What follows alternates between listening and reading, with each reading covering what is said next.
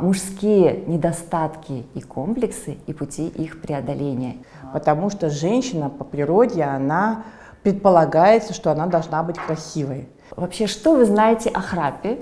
Настолько выраженная гипоксия, что мы полностью блокируется дыхательный центр. Представьте, человек не дышит во сне. Если ты лидер, то лидер должен быть сильным. Женщины в заботе о своих мужьях приводят вот как раз-таки ко мне на прием. Своими женскими Всё путями, понятно. обволакивая его с точки зрения его интересов, беречь, потому что это кормилец, это глава семьи, конечно же, это наша задача. В помощь нам всегда невропатологи. Работаем в команде. Поэтому вот лазерная терапия на сегодняшний день наиболее щадящая техника, наиболее подходящая мужчинам.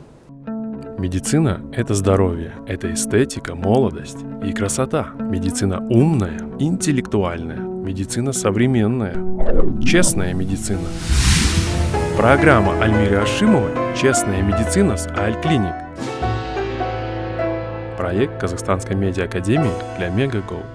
Добрый день, дорогие друзья! С вами проект «Честная медицина» с Аль-Клиник и я, Альмира Ашимова. И мы готовы говорить честно и без табу о таких деликатных вещах, как красота и здоровье.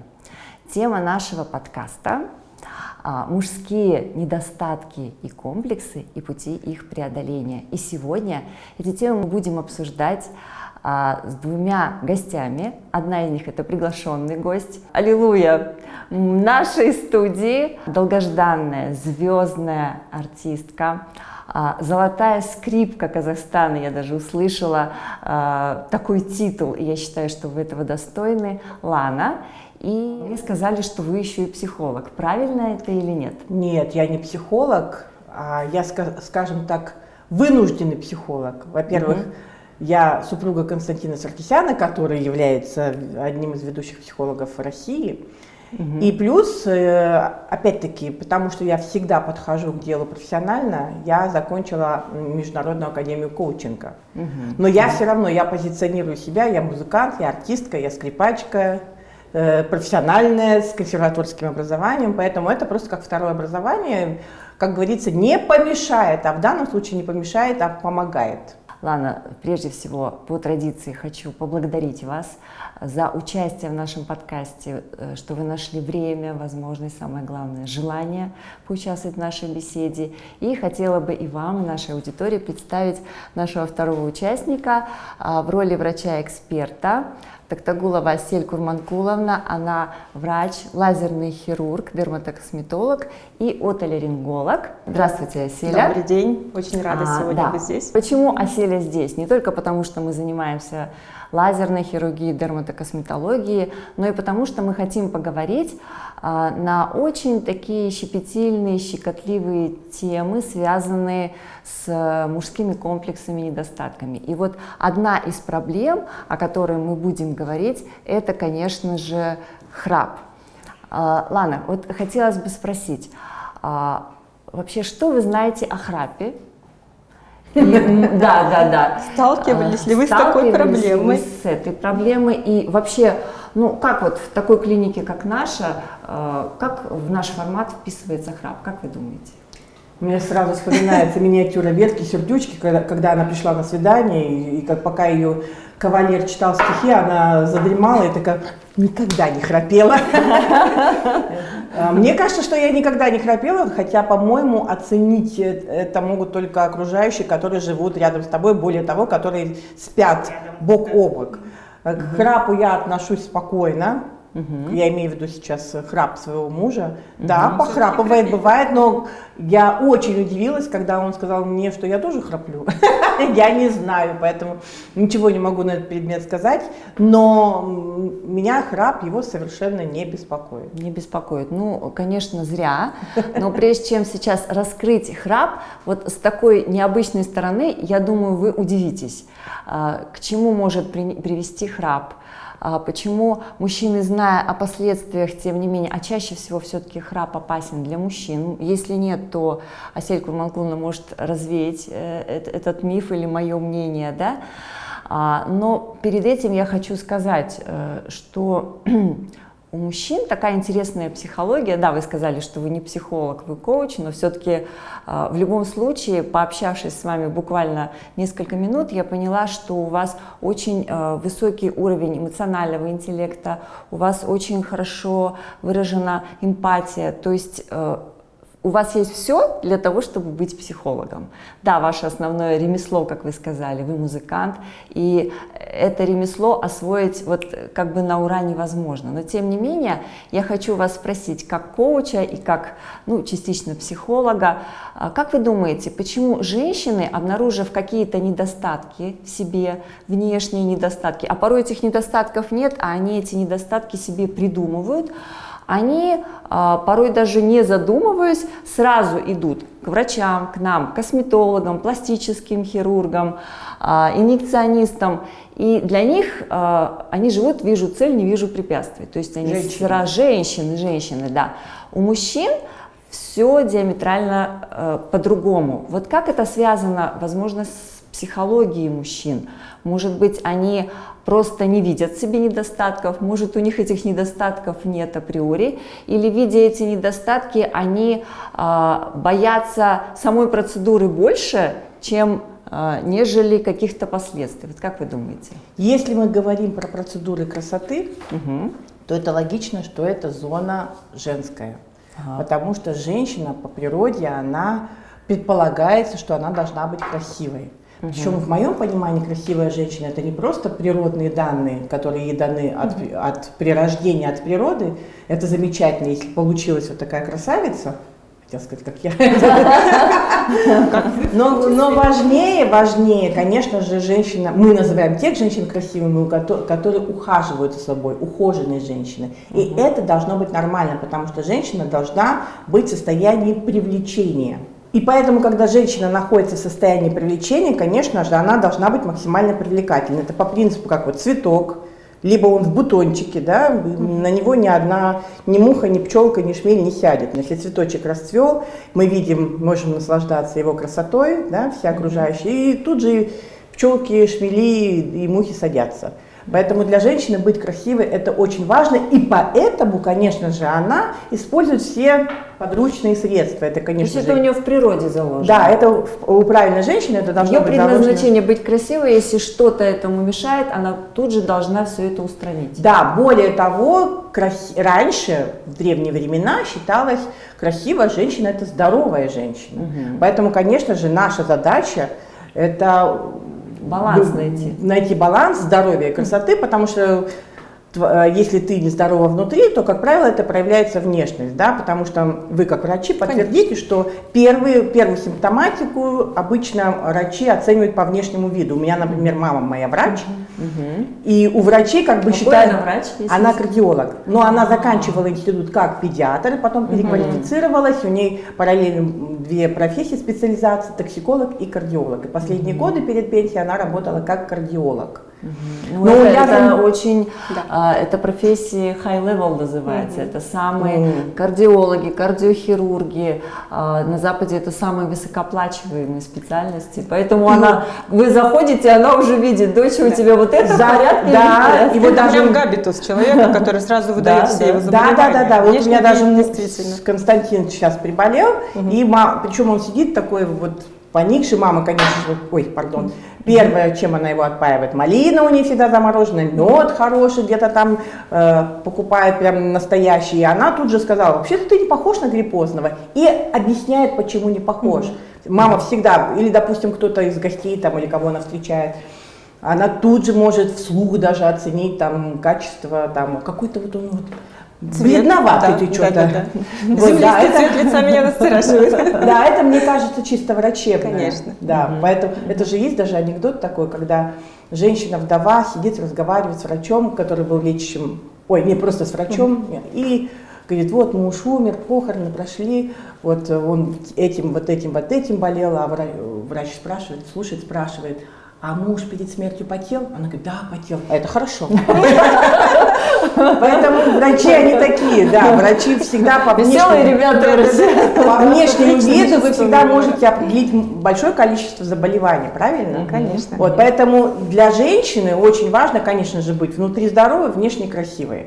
И поэтому это ее зона, конечно, она будет... А что с мужчинами? А у мужчин другая задача. Мужчины, они создают этот мир для того, чтобы женщина в нем наслаждалась. И поэтому для них, вот если для нас, сколько нам нужно всего, чтобы быть красивыми, начиная от здоровья, косметики, невозможно. туфель, прическа, укладка, макияж, мужчина, если он помылся, он уже красавец. Я вот смотрю на своего мужа, на других мужчин, думаю, ну, в этом смысле вам легко. А потом я себя осекаю легко, это женская зона, они здесь и не должны себя проявлять, у них другие задачи.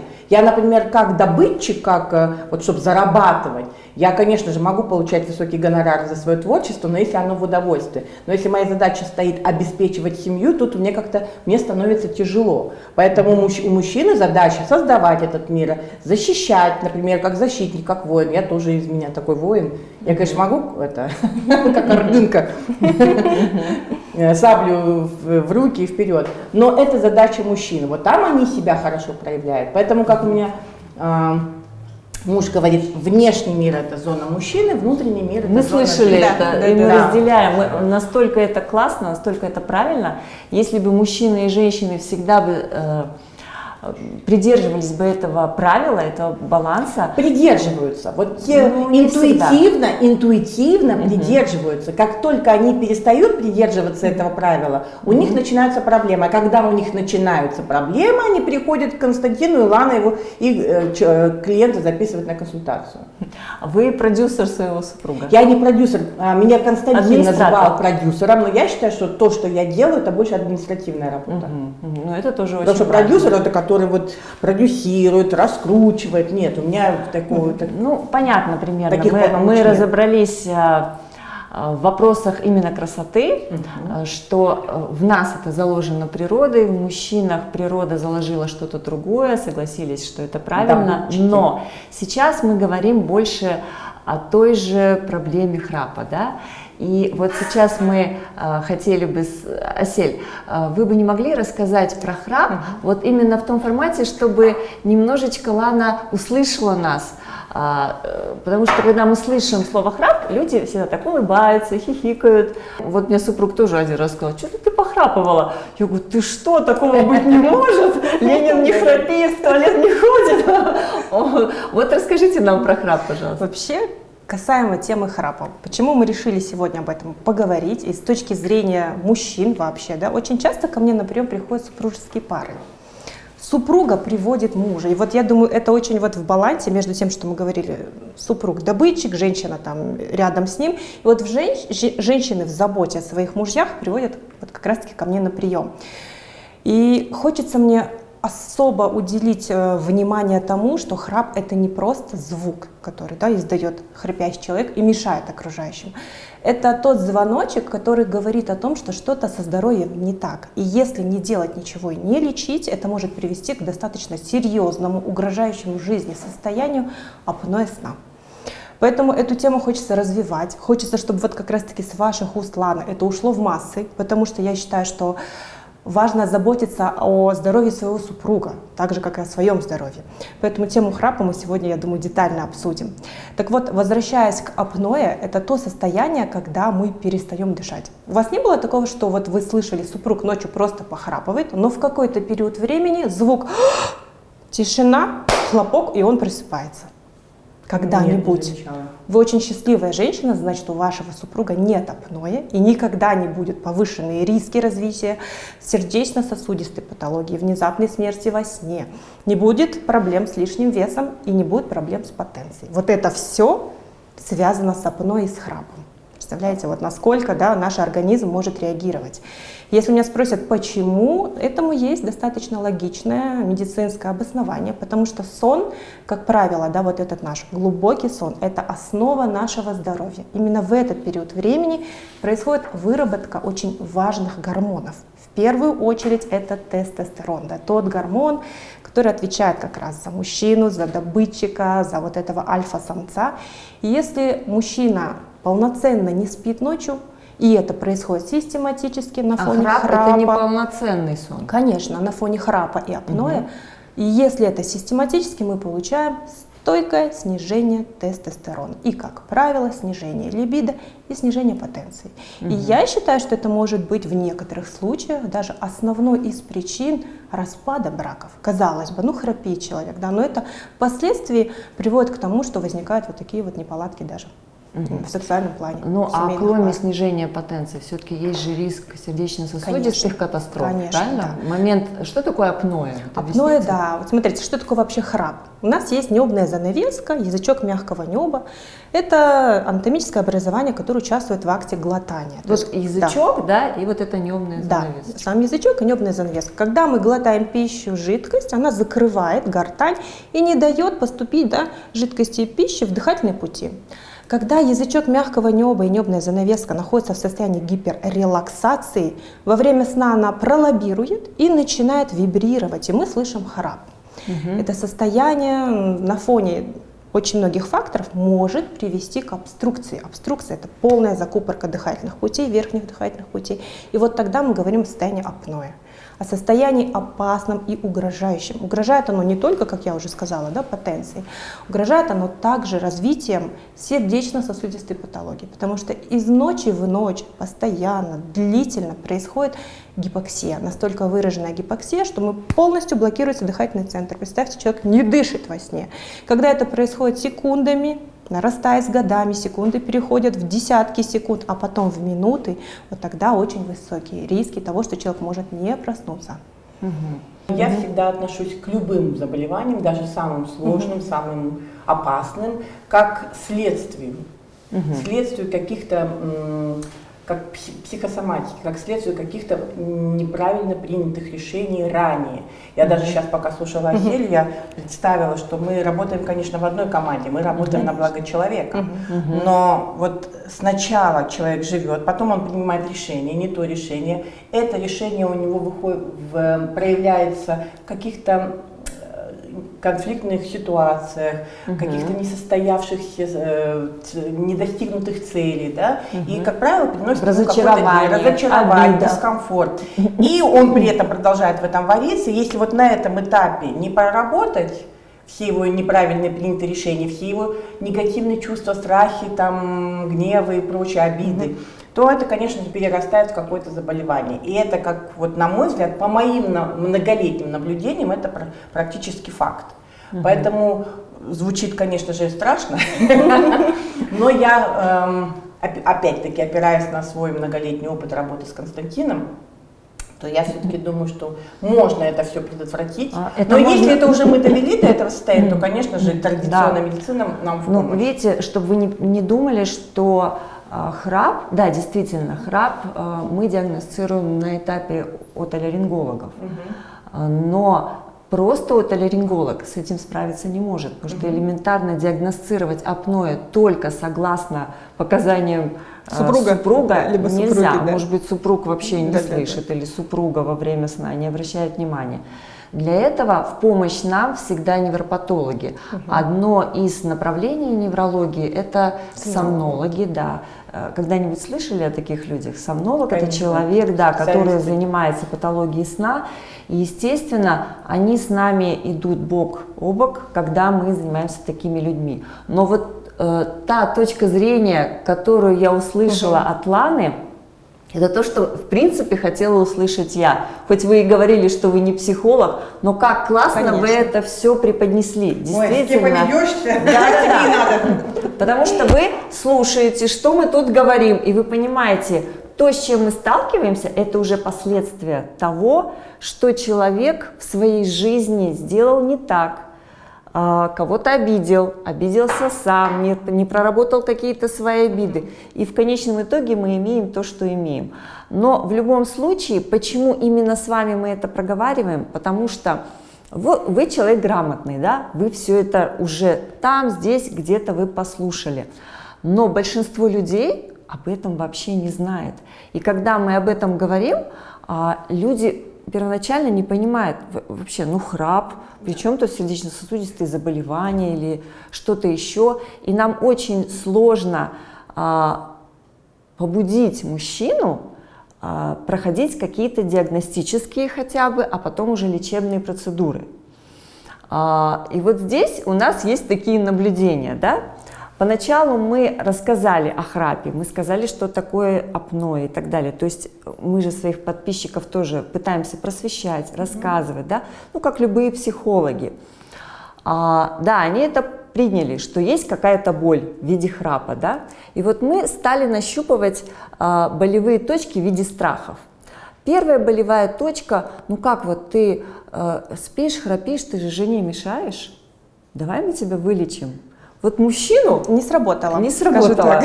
Ну, потерпит.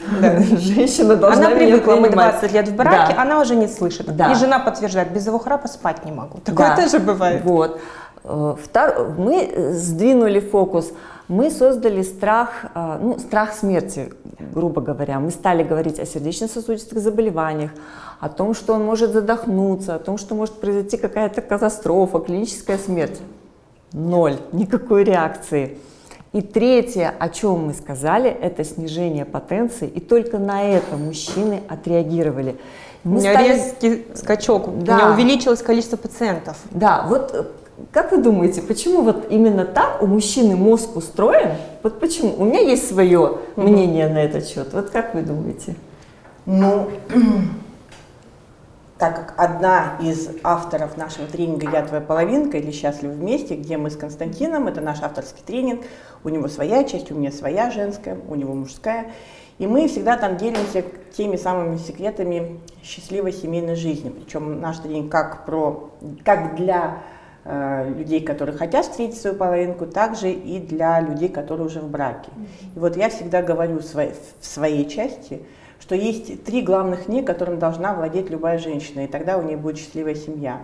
Это не контролируй, не советуй и не спрашивай, куда идешь. Нет, и не критикуй. Не контролируй, не советуй, не критикуй. Мне больше И вот в не данном случае не советуй. Конечно же, жена может навести мужа на идею того, что он должен пойти там полечиться, как в том анекдоте, когда мужчина приходит к врачу, врач спрашивает, что у вас болит, он говорит, спросите у жены, она лучше знает. Вот. Но тем не менее, все равно жена ни в коем мере не может являться мамочкой для своего ребенка, если и не вести его как маленького ребенка в клинику. Если он не хочет, он полностью несет свою ответственность за свое здоровье сам. Поэтому в данном случае я даже не посмею Константину сказать, давай, иди лечи, приведу его в клинику. Нет, я, конечно же, могу прокомментировать. Я, конечно, Проинформировать. Проинформировать, браво, да. Но вот так вот вести его и говорить, что нужно полечиться, я, конечно же, не буду. Другое дело, у меня есть свои подходы. Да, в этом смысле, как я всегда говорю, почитайте сказки «1001 ночь Шахерезады», которая умела с мужчинами разговаривать. Вода камень точно. Да, вот, поэтому есть, кстати, примеры в классике, у которых можно учиться. Не хотите у нас учиться, да, у специалистов, у мудрых людей, то берите книжку в руки и вперед. Читайте. Да. Вот, поэтому тут я бы не стала бы ни советовать, ни критиковать. Но что касается потенции, то опять-таки очень важный момент тоже для женщин понимать, что ты можешь дать и что человек примет. Ну, грубо говоря, он хочет есть, а я его заставляю пить. Либо наоборот, он хочет пить, а я ему пытаюсь заставить его есть. Это, как говорится, с точки зрения интересов человека, которому ты хочешь что-то условно продать. Да, в данном случае с этой стороны не заходит, да, что вот он заболеет, там, что он кому-то мешает, не заходит. О, потенция, зашло. Поэтому тут тоже, опять-таки, наша женская мудрость, когда мы можем с точки зрения интересов мужчины, нашего мужа, сдать какую-то нужную нам информацию. И если в плане потенции, конечно же, для мужчины очень важно быть мужчиной, это делает его мужчиной, да. Более того, говорят же, вот, я не знаю, мы же на YouTube пишем, у нас же 16+, да, говорят, меряются пиписками. Но это вот, извините, это про мужчин. Поэтому для них эта зона очень важна. Она, тут либо ты альфа-самец, либо бета-самец. Ну, мое мнение, в принципе, совпадает с вашим. Скорее всего, мы не на те точки делали акцент. Но здесь еще очень важный момент. Мужчины очень смелые, в нашем понимании, сильные, они выносливые, но в любом случае у мужчин почему-то вот этот животный страх перед какими-то процедурами, даже связанными не с красотой, так как лечить храп, мы об этом сейчас поговорим, можно не только какими-то варварскими хирургическими методами. Раньше действительно только хирургия помогала. Сейчас можно более щадящими методами. Когда ты рассказываешь про них, в любом случае у мужчины возникает страх перед проведением процедуры. И я так думаю, что страх перед проведением процедуры настолько силен, что он превышает страх перед какими-то сердечно-сосудистыми патологиями, но он чуть-чуть меньше, чем страх перед снижением потенции. Вот скажите, пожалуйста, какие современные методы лечения храпа сейчас существуют? На сегодняшний день самым бережным, очень эффективным методом лечения храпа является лазерная терапия. Я занимаюсь данным методом лечения уже 6-й год, занимаюсь достаточно успешно, у меня целая армия моих пациентов. Скажу откровенно, этот метод, который даже мужчины на него соглашаются, вот скажу так. Он достаточно комфортный, он достаточно безболезненный, и мы делаем его курсом. Курс заключает, вообще механизм действия лазерной терапии, мы возвращаем тонус мягким тканям полости горла. И это очень комфортно. Если говорить действительно о тех методах, которые были раньше, как правило, это хирургия. Но в моей практике встречались даже пациенты после хирургического вмешательства, продолжающие храпеть. Рецидив наступает. Да, наступает рецидив, либо был удален не тот участок мягких тканей, который мешал. Поэтому вот лазерная терапия на сегодняшний день наиболее щадящая техника, наиболее подходящая мужчинам. Если же диагностируется уже апноэ 3-4 степени, то золотым стандартом в лечении данной патологии является СИПАП-терапия. Но я думаю, те пациенты, которые сталкивались с этой проблемой, многие, они знают, как выглядит этот аппарат. Если проводить аналогии, помните, истребители, летчики, у них такая маска, и вот такая же маска надевается во время сна. И стоит прибор. Механизм действия заключается в том, что создается постоянное положительное давление, которое не дает смыкаться мягким тканям полости горла. И когда мы говорим с пациентами о том, что при несвоевременном лечении, несвоевременной терапии нам придется носить такой аппарат, на женщин это действует ужасно, если честно. У меня на приеме женщины плачут. Мне говорят, я же женщина, я должна лечь красивая в ночной рубашке рядом со своим супругом, я не могу лежать в аппарате. На мужчин действует по-другому. Но я заметила, что все пациенты, никто не хочет пользоваться аппаратом. Поэтому я призываю к своевременному лечению храпа, к своевременному обращению, и тогда мы можем избежать этой терапии. Даже вот я здесь хочу задать такой вопрос. Бывает так, что полностью храп не уходит, но мы делаем лазерную терапию, но это, по крайней мере, предотвращает наступление следующей стадии. Правильно? Лазерная терапия – это профилактика перехода стандартного храпа в апноэ. Именно поэтому я бью во все колокола, и уже и со стороны потенции, и со стороны сердечно-сосудистой патологии я хочу донести, что храп – это важно, что храп лечить нужно. И поэтому я даже могу сказать больше. Человек, который храпит, у него проблемы с лишним весом. Обусловлено это вновь выработка гормонов. Да. Именно в ночной период времени происходит выработка тех гормонов, которые регулируют все наши основные биохимические процессы, в том числе и соматотропный гормон, который отвечает за переход жировых тканей в энергию. Поэтому, друзья, если вдруг вы видите, что супруг либо супруга упорно борется с весом, ходит в спортзал, сидит на диетах, но при этом нет никакого эффекта, послушайте, как человек спит. Возможно, он храпит, и причина именно там.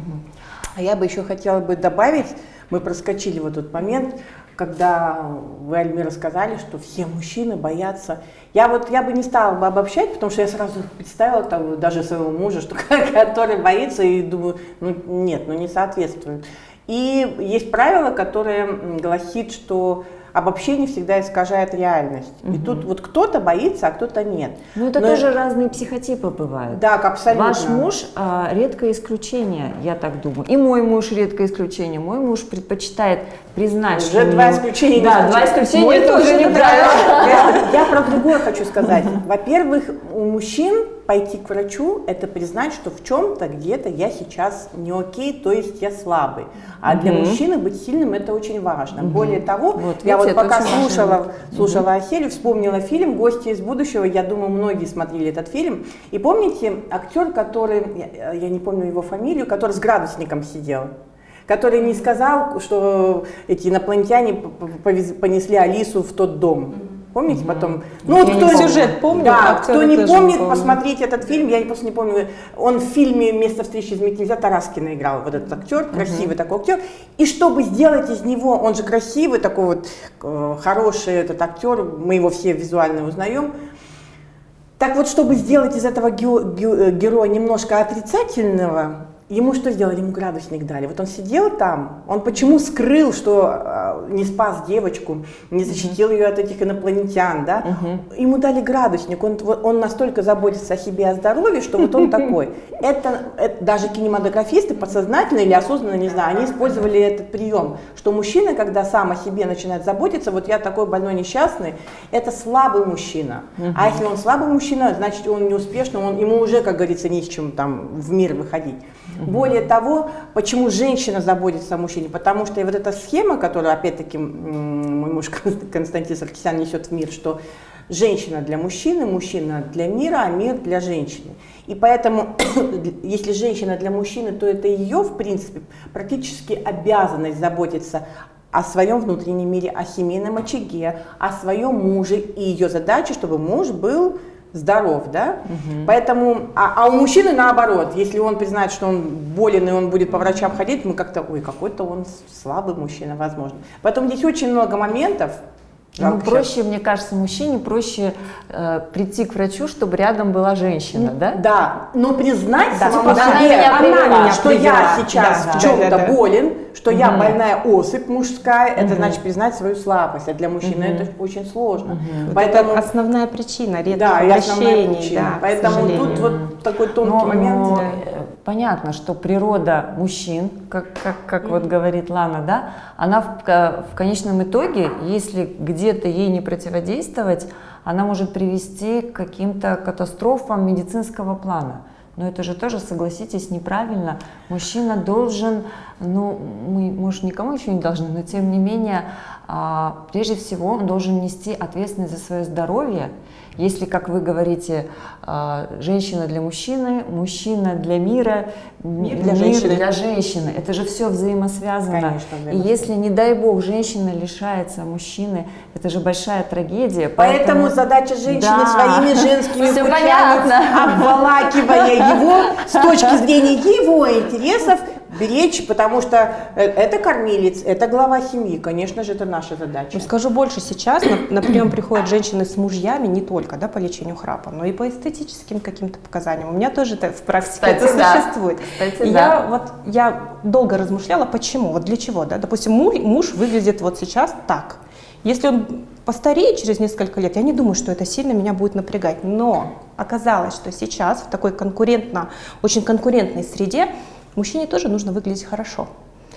Показать миру, что он И сильный. количество, да, мужчин на приемах, вот это прям тенденция к росту. И меня, как доктора, это радует.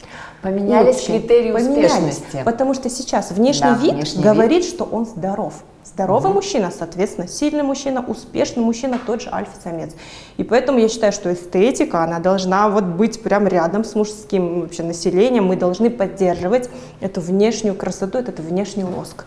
И поэтому я рада. Честно. Ну, Я еще очень соответствовать рада. таким красивым женам тоже надо. Да, кстати, да. Но еще, знаете, что интересно? Вот когда приходит супруга сначала, длительный период времени, она где-то прижимается, ой, это что-то вот дорого, а давайте чем-то заменим. Через какой-то период времени она приводит мужчину, он такой заходит с ноги и говорит, мне самое дорогое, самое лучшее. Вот эта психология меня всегда Девочки, а поражает. маникюр, раньше же только женщины маникюр, педикюр делали, а сейчас мужчины все больше и больше делают, и это, я считаю, правильно. Это правильно. Но вот смотрите, что может вообще смотивировать мужчину к какому-то действию, ну, проявлению, там, обратиться к косметологу? Вот, например, женщина, там, она даже может не видеть явное нависание век, вот, например, блефаропластика, да? Вот она не видит, что прям что-то плохо, но она случайно увидела себя где-то там в каком-то отражении, она увидела себя в селфи не очень удачно. То есть все настолько субъективно, да, и это ее может смотивировать пойти сделать блефаропластику. Очень много даже к нам пациенток приходит, у которых нет показаний блефаропластики. Мы их разворачиваем, говорим, вам еще рановато. Но она уверена, что у нее что-то не так. Мужчине, чтобы сделать блефаропластику, как существу рациональному, нужно все четко преподнести. То есть, например, он пошел к офтальмологу, вот у нас приходил уже мужчина достаточно возрастной, ему за 70, да, пришел, говорит, мне нужна блефаропластика. Я его спрашиваю, а вот для чего? Для красоты. Он говорит, зачем мне для красоты? У меня из-за этого верхние поля зрения начинают страдать, снижается острота зрения. Я сделал операцию по катаракте, но верхнее поле у меня плохо. То есть, понимаете, насколько рациональный ум. У него есть медицинские показания, никаких субъективных, косвенных показаний, относительных, как мы говорим, показаний здесь уже не учитывается. Но вот как вы считаете, мужчины все-таки почему себя сдерживают в посещении косметолога, раз уже барьер внешней ухоженности для них сломлен? Вот что их останавливает? Наш менталитет, он тоже играет роль. Первый запрос мужчины – сделайте так, чтобы не было видно, чтобы никто, не дай бог, кто-то на работе узнает, что я что-то делаю, это как-то, ну, несерьезно. Вот это вот, я считаю, основная причина, которая все-таки так массово сдерживает мужчин. Поэтому мы выбираем для них методики, в основном это аппаратные методики, которые отвечают тем требованиям. Дать очень выраженный результат, но сделать это максимально незаметно для окружающих. Есть вот такие нюансы именно с мужчинами. Ну, когда мужчина понимает, для чего он должен это сделать, они это делают. Вот, например, считается, что если ты лидер, то лидер должен быть сильным. Старый лидер – это уже ослабевающий лидер, а если ты ослабевающий, значит появится рядышком молодой лев, который может тебя не так подвинуть. Это не есть хорошо для старого лидера. Поэтому очень часто, если ты старый лидер, то они очень за собой начинают ухаживать. Когда они понимают, для чего это они делают, они всегда спокойно идут. Другое дело, конечно, они могут это не афишировать, но для них очень важно вот сохранить, допустим, молодость, силу. Если эта пластика поможет, они это будут делать. Цель, у них причины, причины да, другие, да, у нас для привлечения, а у них для удержания, скажем так, власти, к примеру. Ну, я думаю, мы очень хорошо обсудили тему, почему именно мужская психология противодействует поначалу, да, проведению каких-то косметологических процедур, даже процедур по медицинским показаниям. И, конечно, мы должны признать, что мы разные. Мужчины одни, женщины другие, да. Вот, но мы взаимодополняющие. Правильно, правильно. Но в любом случае мы всегда должны быть, ну не то чтобы в тренде, но мы не должны отставать от времени. Если реалия времени требует от нас что-то поменять в нашем сознании, а именно больше уделять внимание внешнему виду. Мужчинам сейчас это очень важно. То, как это воспринимается другими людьми, тоже очень важно. Конечно, мы должны с этим считаться, но я думаю, что основным проводником для мужчин в любом случае служит женщина. Шея. Куда шея повернет, туда голова и будет смотреть. Ну, ладно, хотелось бы вас поблагодарить еще раз за участие в нашем таком лайтовом, легком... Девичнике. Да, девичнике. Мы тут между делом поговорили о мужчинах, да, о своем, о женском. И я думаю, что мужчины не будут обижены или, не дай бог, оскорблены, что мы затронули такие щепетильные и деликатные темы. Мы это сделали достаточно тонко, тоже максимально деликатно. Спасибо вам за это.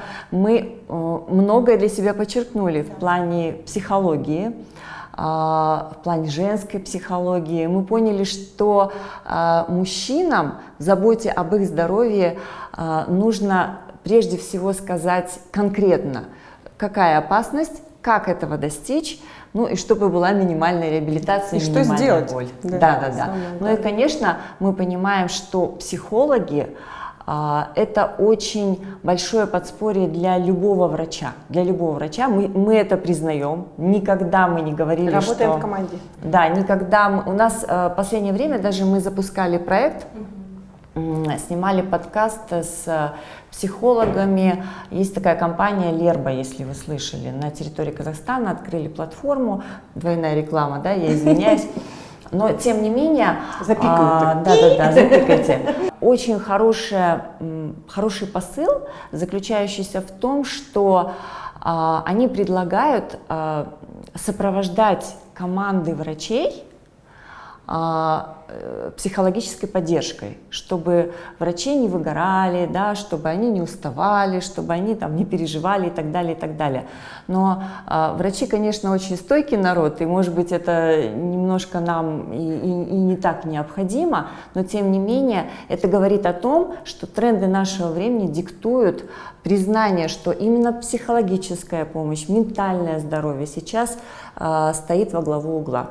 Спасибо вам, Ланочка, большое. Может быть, какие-то слова еще скажете для наших мужчин конкретно? Для мужчин? Да. Врасплох заставили. Ну, давайте начнем с их жен в заботе о мужчинах, а потом мужчинам. Вот мне кажется, ключевая фраза, которую я сегодня произнесла, работаем в команде, она как работает в случае традиционной медицины, в случае врачей и психологов, также она работает и в семье. Потому что, с одной стороны, да, наши мужчины сильные, да, они о нас заботятся, они глава семьи, они нас обеспечивают, но чтобы мужчина был в миру успешным, сильным, уважаемым, почитаемым, это огромная заслуга и работа женщины.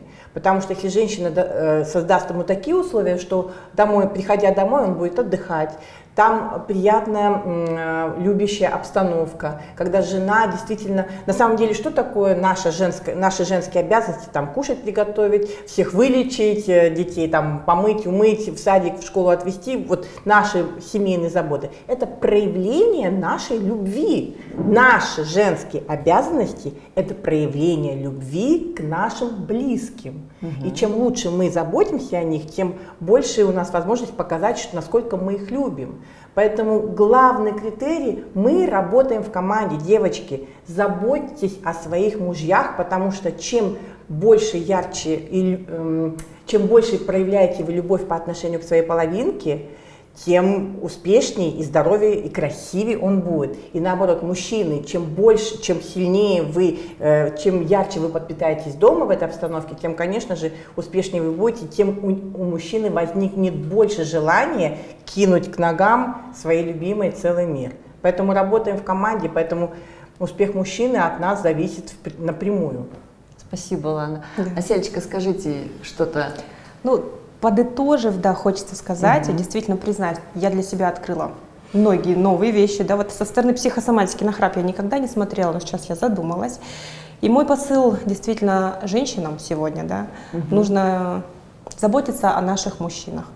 В силу того, что они сильные, в силу того, что они независимые, мы своей любовью, своей добротой, своей лаской очень деликатно должны доводить их до кабинета доктора. И делать это нужно своевременно, друзья.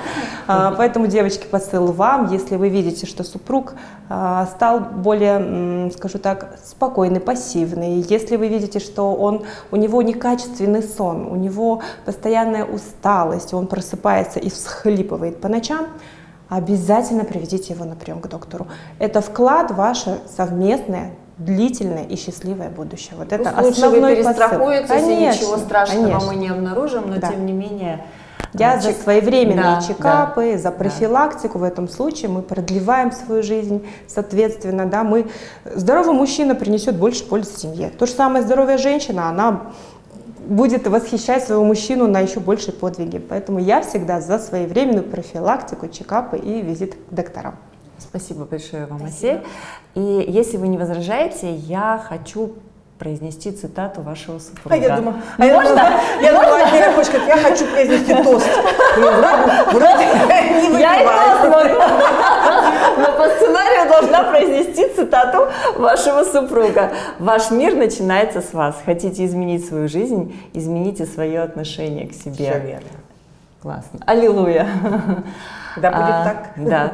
С вами «Честная медицина» Сальклиник, и я, Альмира Ашимова, и наши великолепные гости, звездная, золотая скрипка Казахстана Лана и наш доктор Асель Курманкуловна. Спасибо. До свидания. Медицина – это здоровье, это эстетика, молодость и красота. Медицина умная, интеллектуальная, медицина современная, честная медицина. Программа Альмиры Ашимовой «Честная медицина» с Альклиник. Проект Казахстанской медиа академии для Мегаго.